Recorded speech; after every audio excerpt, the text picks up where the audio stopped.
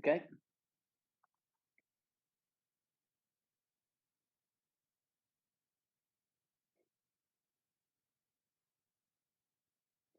Hello, everybody. Welcome to Backstage Pass with Jeff Senior. I'm Jeff Senior, and our show is about inspiration. It's about amazing people doing amazing things. It's about making your dreams come true. Today, we have an incredible person on the show, and I am honored. I've known him many years, and I want you to get to know him. He's he's a legend in aviation right now. He's still a kid in my estimation, but he's a young guy, but he's just incredible. And once you get to know him and meet him, you'll know why. And please welcome Mr. Kevin LaRosa, also known as K2. Kevin, how's it going? Hey Jeff, it's going great. Thank you so much for having me on the show, and I just love what you do, and it's so interesting to hear you say those things about me because that's exactly how I think of you. Sort Oh, of following in some of your footsteps from your career. So thank you for that intro. But that's that's how I feel about you. well, it's an honor to have you. And you and I met many years ago, flying at Wolf Air and doing the vector vision flying. And I know you started out as a young boy. Your dad is a kind of a legend in Hollywood as well. And tell me how it he's Kevin LaRosa, and I know your dad as well. And how did you get inspired in aviation? How old were you? I mean, I get to ask this question all the time. I can't think of an age of when it started because I was born into it. There's pictures of me sitting on my dad's lap in his T6 and T28 as a baby. So I just grew up and aviation was normal. The smell of jet fuel on a daily basis was very normal. And it wasn't until later in life when I realized how special and unique it was, right? Sometimes when we're born into something, we don't really, I guess, say have the appreciation for it. And when I got older, I really started understanding the gravity of what I was allowed to be a part of. But my dad is the legend. I mean, he's worked on 400 plus feature films, jet helicopter, airplane pilot, such a humble human being. And He he's my is. mentor. He's the one I look up to. I wanted to follow in his footsteps. Um, and he was a great dad, still a great dad, still my mentor, still my hero. Very, hard on me, wanted good grades, wanted me to, play football, play sports, wanted me to do all the things I could to kind of build me into normal life. And then he didn't want to push me into aviation, Jeff. It's kind of cool. He wanted me to come into aviation at my pace.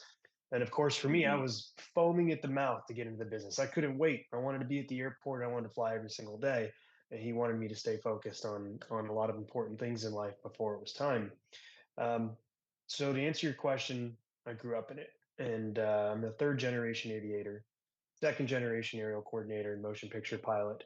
I feel like I was put on this earth to do exactly what I do today. I'm very fortunate in that I've had a very one track vision of what I wanted to become. I would Hmm. envision it as a kid every day. I wanted to be the best, the safest movie pilot and precision pilot in the world. And it's been my dream since I've been a kid. Um, and it never faltered. And I'll tell you this, my dad, in all of his wisdom, when I was 17, he gave me something very important. And I was going on film sets with him, Jeff. And at this time, at 17, I had my commercial, my helicopter and airplane private. I was working on my commercial. And I was going on these film sets and I died and gone to heaven. How cool is this? This kid that grew up in this Hmm. industry, and I'm going on these sets. And he said, Bud, you gotta quit this going on sets with me and helping me in ferrying aircraft. If you ever truly want to become what I do, a motion picture stunt pilot, an aviator in the movie business, you're going to have to go get a real job in aviation, become an aviator, make mistakes, gain Good experience, advice. learn Yeah. lessons, and go do all these different jobs. And that's hard to hear as a 17-year-old kid who's kind of right where you hoped you'd be, right? And you Right. hear these motivational speakers talk about the path to success, and I don't feel like I'm at success yet. I'm always pursuing it, but it's never that straight line. And if I look back at my career, I was going straight and then I was rerouted. It's this zigzag path all over the place.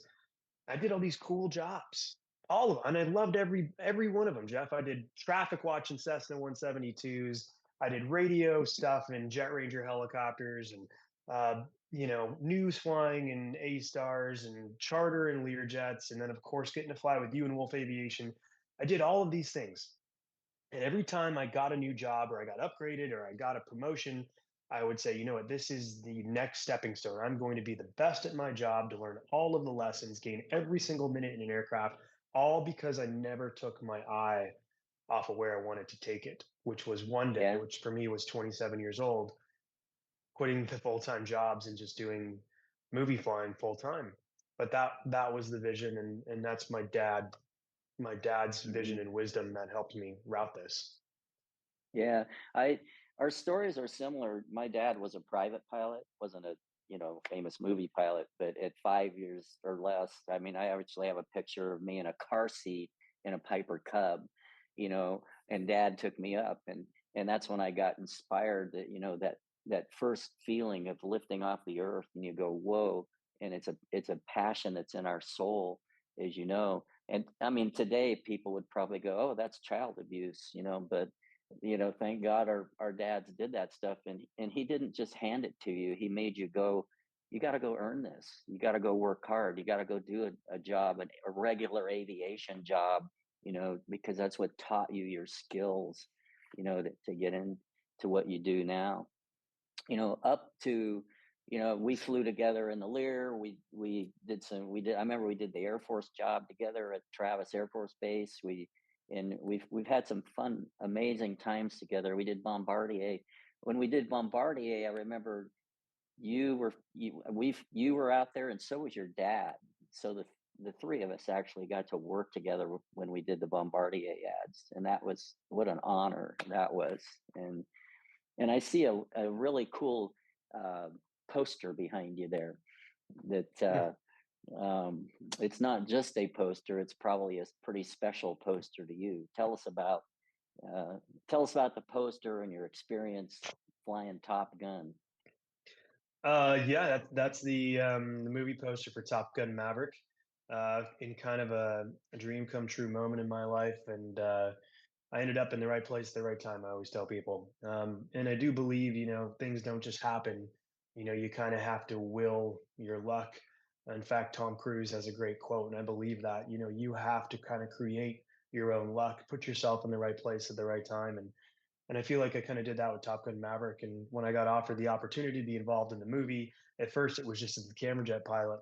And then my role evolved to becoming the aerial coordinator for the entire movie. And I was on the movie Amazing. for about a year. And I Yeah. remember often being on set and pinching myself and just being like, what am I doing? Is this real? Like, Yeah. I would get goosebumps. I'm almost getting them right now, just thinking of the experience. That movie was an epic adventure. And I always tell people it was just as fun, if not more of an adventure to be part of it, making it and filming it, as it is to watch it. It was that same momentum and that same energy making that movie. Of course, I got to give tribute to Jerry Bruckheimer and our director Joseph Kaczynski, who was an amazing leader, and of course Tom, who's an incredible aviator who was hard charging the whole movie Yeah. and a great Yeah. He's leader and amazing. inspiration to the crew the whole time. I have a story about Tom. I used to own a Pitts S2B, and we kept it at Burbank, and we taught aerobatics. And it's back when I was living in LA prior to my Southwest career.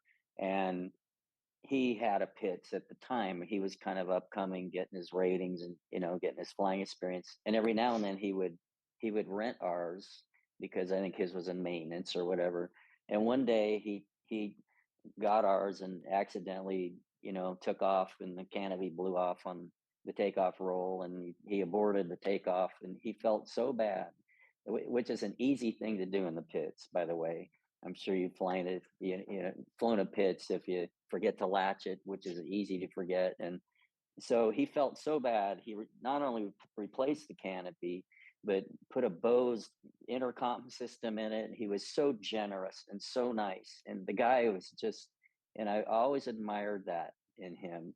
And it carries into what you said about the kind of person he is. But he's one of those kind of guys. I think like us, you got to make your success. You got to, I was told I would never be a fighter pilot because I wore contact lenses. And then fast forward, here I am with the Blue Angels briefing and going to go film them years ago. And like you've become this iconic aerial pilot in the business. And for people that don't know about this kind of business, there's pilots, but then there's an echelon of pilots like yourself that, there's only a 0.1% of the pilot population that do what you do. It's not, and it's not something you can go train. It's almost on the job learning. I used to fly with Clay Lacy, so that's how I kind of learned it. But tell me about that. You're kind of in an elite club. Yeah, it's true. It's a very niche industry. Most people don't even know about it. I collectively call the whole thing motion picture aviation. Um, and really, we work in a lot of different categories. We fly on feature films, we fly on commercials, television shows, lots of streaming now, and a lot of special projects, which is what you and I have done a lot of, the airlines and the private jet sectors and the OEMs. And it's really all the same thing. For those that are watching, it's moving camera, the art of mixing aviation and cinema, and that's really Hmm. fun. And there is an art to it. You're a camera pilot. We have monitors in the cockpit, and really, our job is kind of a glorified dolly driver, if you will. Our job is to make sure that we're putting that camera platform in the right place at the right time, and that we're effectively communicating to whoever we're directing over the radio, flying another aircraft. And you and I've gotten to share that experience. It is truly, really rewarding to see the footage that's created. And of course, we only do half the job, right? We have incredible camera operators and aerial director photographies that are sitting behind us, and there's a big Yeah, correlation. For those that have listened to the intercom within a camera ship, it's pretty cool. It's a well organized circus of this very special language. And I find people get excited when they listen to it. It's like, wow, you guys, what are you even saying? yeah, Like, how does that even work? So it's really fun. I would say there's probably 10 motion picture aerial coordinator camera pilots in the United States. There's really more like 30 or 40. I'd say 10 that kind of do the bulk of the work, three, four, five that really are doing most of it. I'm very fortunate. It's been my dream. I've wanted to do jet, helicopter, and airplane. I just wanted to be very diverse for my customers when they reach out. I'm an independent contractor. So in the case of Top Gun Maverick, it was Paramount calling me, hiring me, and then I put on the Paramount hat and become an employee and help them make the movie. Um, and I've been trying to grow my licensing around the world. I just got my commercial validation for flying in the UK and my commercial validation for flying in all the EASA European countries. So just trying to grow the reach, be able to fly more places and more aircraft. At the end of the day, motion picture aviation, and Jeff, it's very unique and it's very rewarding. there's nothing like it.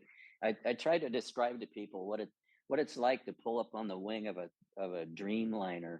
It's a 700,000 pound piece of equipment flying through the sky, and it's just this beautiful. Yet, in the wrong place, it's dangerous. So that's our job to keep it safe. We're like, and like you said, we're a 300 mile an hour dolly, basically, and we create motion. We go in front, we go in back. So there's a lot of maneuvering. It's not even like normal formation flying like in the military.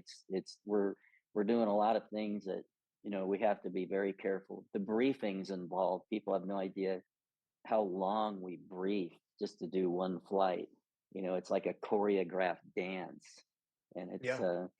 and I'm sure, like like me, your reward is you get to go see it on big screen when it's done, and it's got the music, it's got the editing, and you go, whoa, I was a part of that. It's pretty cool. Yep, it is that, and that is the fun part. And I'm sure for you too, one of the coolest things for me is when something doesn't look real, but it is real, right? And we Hmm. have so many people that'll say, "Hey, this doesn't look real," and that's fun. I think for guys like you and I, when we create a move or some sort of lighting or something that has never been done before that nobody's seen, that's pretty fun. Yeah, yeah, it's pretty. pretty cool. And you fly the now you're flying the Phenom, the helicopter, and the L-39. I'd love to get checked out in that thing. That thing looks like fun. The L-39 is a pretty fun airplane. It's very maneuverable. I kind of trademarked it the Cinejet, and honestly, that is the aircraft that I built for Maverick. Um, Wow. yeah, I have a little. I'm gonna hit that again. I know this is recorded. I'm gonna kill some background noise. 1 second, okay, guys? Okay. We're not live, right? Yeah. Yeah, they can edit. Hold on 1 second.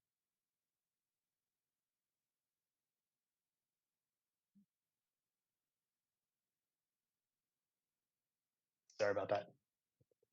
No worries. Yeah, so you asked about the L-39. The L-39, you know, the Learjet's the coolest camera ship I've ever flown, Jeff, and you know that. There's no airplane that has that kind of thrust in a private Yeah. civilian aircraft and the maneuverability. But the one thing we didn't have the ability to do was aerobatics. I needed something Yeah. that could fly in a little bit of an aerobatic envelope and be a little bit more sporty, especially with canyon flying and dogfighting. And the L-39 was an idea that came to me because they're readily available in the US. They're super reliable. And we took this state of the art gimbal and stuck it on the nose, and it became what we call the Cinejet. And that was the airplane that shot the bulk of Top Gun Maverick. So all the dogfighting, all the stuff that's down low in the canyon, that's all L-39. And you would love it. Being a Lear driver, the visibility is amazing. You're so far forward of the wing. You're just in this bubble. You can see Yeah. everything. And the camera's so far forward of everything, the camera has an amazing field of view. Um, but a lot of Top Gun Maverick, maybe another 25-35% of it was shot on another camera jet that we're flying now called the Phenom 300, which is a modern day Embraer business jet. And that was a very useful tool every time we had to go out to the aircraft carrier, or for our longer missions, we'd carry more fuel. That aircraft's got 3.5 hours of endurance, but we could fly two shot overs at the same time, two different lenses, two different looks. So those were the Yeah. two jets we used on it. I got to fly that. I think you called me up and I got to I think we did a United Airline commercial. You were busy doing something. So I felt honored to go out and fly the Phenom. And like you said, the Lear is definitely spoils you. It's such a instant power and it's a fighter that you can put people on board with, I agree. But Yep. do people ever ask you how much CGI is used in like a movie like Top Gun? Yeah, I mean, well, Top Gun, the cool thing about that movie is it's mostly real. It's enhanced by CG, is kind of the terminology we use for the movie. Uh, Right. I call it Tom Cruise's rule number one, and it was his main rule. There always had to be an aircraft in frame. In a lot of Uh-huh. movies, it's called plate shots. You know those very well. We'll explain those to the listeners. A plate shot is when Jeff and I would go out and we would shoot blank sky, and then they would add in an Iron Man or a missile or a plane. But Right. for pilots, we you can tell on camera, right? The physics aren't right. It doesn't quite Hmm. move correctly. Or Top Gun Maverick, there always had to be something there. So when we needed an F-14 or we needed an Su-57, we weren't allowed to shoot blank sky. We'd have to shoot another F-18 that would be reskinned so that the lighting was correct, the physics were correct. And Wow. same thing at the end of the movie, we used L-39s to do the final fight sequence in Top Gun Maverick because we didn't have an F-14 or Yeah. Su-57. So that's where CG was imperative in that movie, and that's where it was a huge help. Obviously, we can't blow up F-18s, we couldn't fire missiles, but we can do all the flying for real, and that's what we set out to do. Yeah. It's like I worked on True Lies with James Cameron, and that was right at the kind of the turn of the technology because they were still shooting film and it was going to digital. And but they used CGI to obviously shoot the missiles into the bridge and all of that, but the actual plane was real, and that was one of the funnest shoots I ever got to do personally. It was just and plus James Cameron in the back yakking at you, and How so cool is that? yeah, it was pretty amazing. And pulling G's on the guys on the back, like you said, the team of the cameramen and the techs in the back, you're yanking and banking on them, boy. And sometimes they even get sick, and they just have to tough it up, and uh, and so that's a tough job in the back for sure. Yep. But um, oh, go ahead. Well, I was just going to say, how cool is it that I've flown in a lot of other countries, and there's some countries that have camera helicopters, and there's a couple other camera airplanes, Jeff. But in the United States, this industry, this little niche market, is pretty elevated, I'd say. I mean, even with the FAA, the FAA gives us guidance, and we have these movie manuals, and we have procedures and policies and a lot of great lessons, and that doesn't exist anywhere else in the world that I've found. So, a lot of people haven't heard about this interesting job that you got to do and that I get to do, but it doesn't really exist many other places. And I got to say, I think we do it right, and the safety precautions that we take and all the provisions that we do and the notifications and everything that the FAA is involved in. I am Hmm. proud of that little industry for how we do it. I think we do it really safe, and I love seeing it evolve. Well, there's no room for error. It's any major error we make doing what we do is fatal. So we I just go agree. in with the mindset. There's no room for, like if you're playing golf, if you slice it or whatever, that no big deal. But we can't do that in what we do, and so I've had people go, "Oh, are you on autopilot?" Like, no, there's there's no autopilot involved in what we do. It's all hands on stick and rudder, and mentoring a lot of new young pilots into the business, I find that their stick and rudder skills are not, there's very few people with stick and rudder skills like you. It's just a natural gift that you have that is just, it's kind of underestimated by most people. Well, and for those listening too, I mean, proficiency is huge. Um, Mm-hmm. And, I look at it all the time. I spend a small fortune on training and flying a lot of different aircraft. I try to train in everything I fly once a year, which insurance companies like to see. But regardless of the insurance, it's just the proficiency. Like if you and I had to go fly the Learjet right now, we would be rusty. We'd be horrible with crew pairing. We would be very, very rusty. We'd have to go out in that airplane and put it through its paces and Yeah. really get tied in together.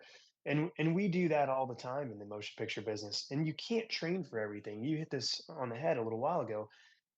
We land on trains and boats and moving cars. We do weird things in this industry. We fly under bridges and we fly low upside down. We do the strangest things. You can't be proficient in everything all the time. You can be a master at your trade in the aircraft, know every single number on that thing, and know your aircraft be an extension of your body. But as far as flying it on all these different formats, what we do in the business is we'll ask for rehearsal days. There was a couple years ago I had to land on a moving train sideways in a 500, and guys get out, and I practiced and practiced over and over again because we don't train for that stuff as a pilot, but we have to. Just like any other mission in aviation, there's always training. But in Mm-hmm. our industry, it's kind of interesting, right? There's so many different things we could be asked to do. And an aerial coordinator's job is putting the right people in the right place in the right aircraft at the right time. And sometimes that's not always me. Sometimes you have to pick the Mm-hmm. right person for the job. And it's also a matter of, you get a director that says, "Hey, this is what we want." You go, "No, that's not safe. We can't do that." It's knowing where to draw the line, where and be adamant about we just can't do it. However, we can achieve the same shot maybe by doing this. It's because it's That's safety is spoken like a true aerial coordinator right there. That's exactly right. Thanks. So, what you got? What do you got going on now? What?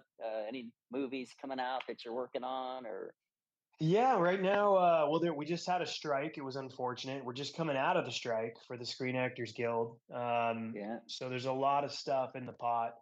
Uh, Before the strike and continuing now, I was working on a Brad Pitt feature film for F1, Formula One. So that's gonna be pretty exciting. So chasing nice, chasing fast cars with helicopters. And there nice. should be two very cool projects that come out this year with two teams that you know very well. You filmed them. But we did a new documentary with the Blue Angels, which will come out this year. And we did a new documentary with the Thunderbirds. And I got to fly with both teams. Just incredible individuals, both on personal level and skill, professional levels. So, yeah, we'll look for Yeah, those this year.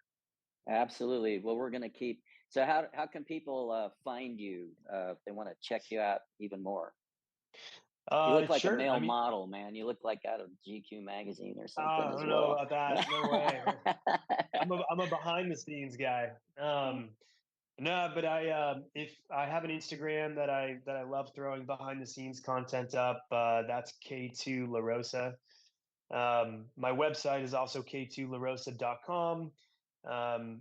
Started a new company this year called X Brand, which is advanced aviation cinematography. So a collective group of individuals I've worked with for a long time are in this company, and we're just kind of driving and pushing our industry for the best, newest equipment that lets us kind of open the realms of creative filmmaking with aviation.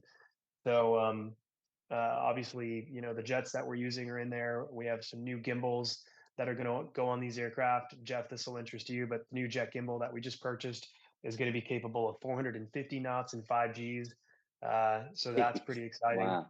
So I'm Wow. trying to push hard on the fast moving camera technology, um, and obviously kind of perfecting our helicopter stuff. And you can go to www.xbrand.com and see some of the stuff we're doing on there as well. Okay. Yeah. Yeah. Well, I can't thank you enough. Any jobs you want to throw, you can't do. I'm part of the team. So Oh, well, you're uh, you're you're definitely the only jet film pilot I know that I would trust in any no, airplane. I mean, we're kind of there's not many of guys that do what we do, Jeff. no. There, it's Um, kind of like I said, it's an elite group of guys, and an honor to be a part of it. So I do have a um, question for you. Because we're in a very similar space, I wanted to know the most memorable camera moment, camera flying job moment in your career. Like, do you have one moment that you'll never forget that kind of shines through? um, uh, yeah, a number of them, but probably one of my big ones was, I think I told you I wanted to be a fighter pilot. I couldn't, and I wore contact lenses. And I remember the recruiter going, "Oh, you wear contact lenses, you're never going to be a fighter pilot." So I remember being devastated, but at the same time going, I'm gonna go out and figure out how to do this, somehow. So I was a civilian guy, came up the ranks. I paid for all my flying. I worked, you name the job, I did it. Sweeping floors, toilets, fast food, construction, whatever it took to buy enough time to go up for a couple hours and build some hours. And then I, eventually got a flight instructor, got hired at Clay Lacy, flew with Clay a number of hours and learned the trade with that. And I mean, From the he's an legend. icon from the legend. Yeah, exactly. Um, and then and then when Vector Vision came out, I mean, I ran parts for Bob Netman. I'd go to the anodizer. I'd go, I wanted to make this happen. And then our first big job was McDonnell Douglas, and they had just bought the F-18s, or the Navy had bought the F-18s, and so they wanted to go film the F-18s. And here I am at Lemoore, I think it was at Lemoore, and here come the Blue Angels, and I'm standing on the ramp, and I got teary eyed because I remember thinking, I'll never be a fighter pilot, but here I am in the same room briefing with the Blue Angels, and then flying in formation with them over the Golden Gate Bridge with the smoke going. And it was like I couldn't, it was hard to hold tears back for the honor and the excitement.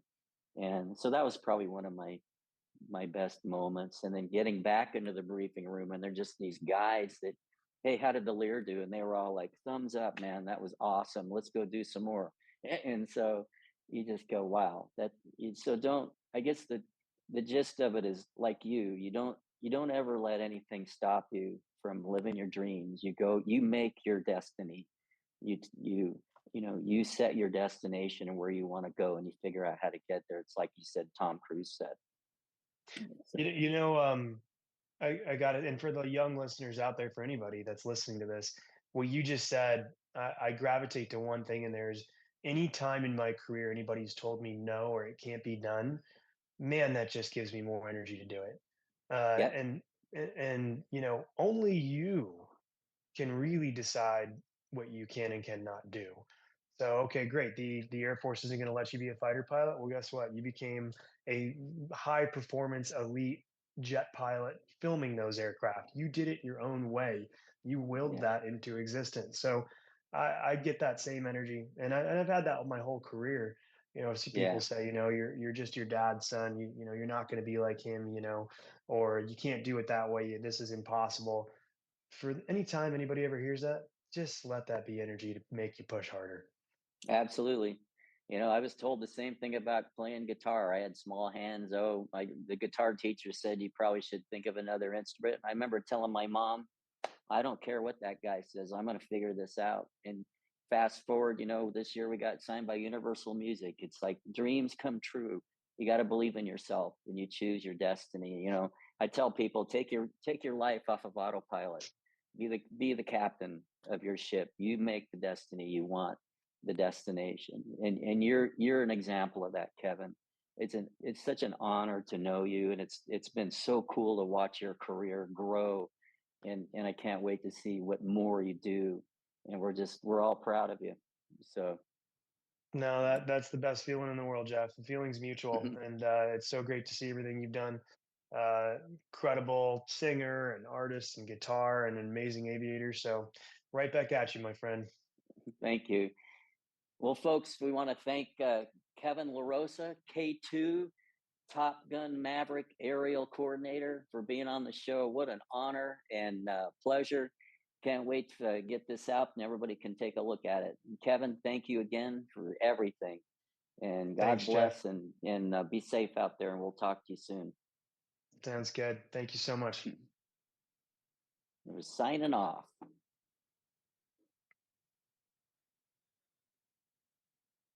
All right, Okay. Thanks, guys.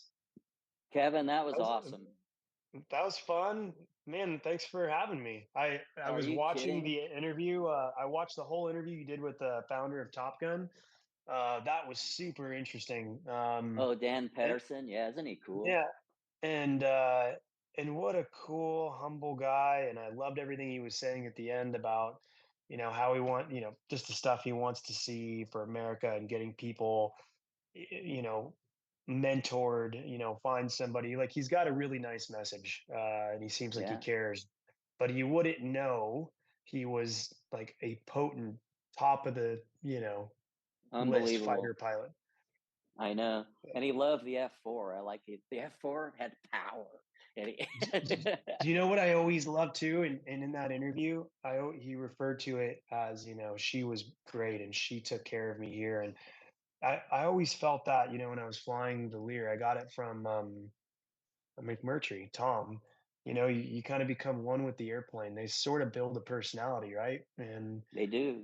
Yeah. 49 Whiskey Alpha, she was a girl to me and she always took care of me. And I'd talk to her and Tom would talk to her. And Yeah. uh, you could feel when Dan was talking about the F4, the relationship he had with that airplane. And if you imagine the hell Yeah. he'd been through and the firefighting in that airplane, he Oh, definitely had a relationship with that F4. I don't know if you caught on to that, but I could hear it when he was talking about it. yeah. I'm sure Well, you in did. 49 Whiskey Alpha, I took that thing to Australia.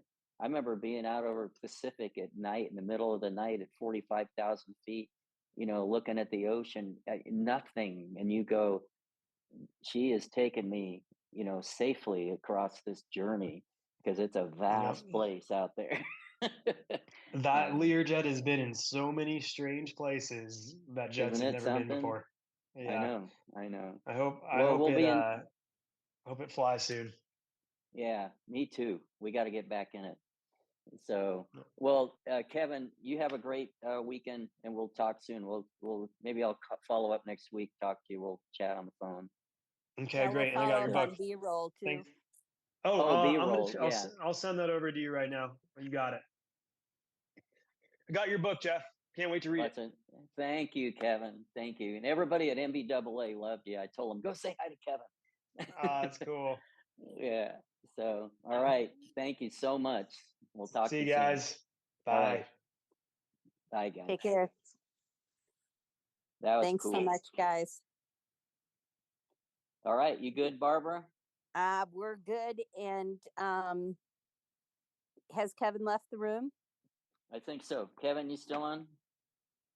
Yeah, he's on. No, he's gone. Okay. We kept rolling on that last piece when you were talking about Dan. Oh, good. Yeah, that's Yeah, good stuff. Yeah. It is Recording good stuff. stopped. And we can bring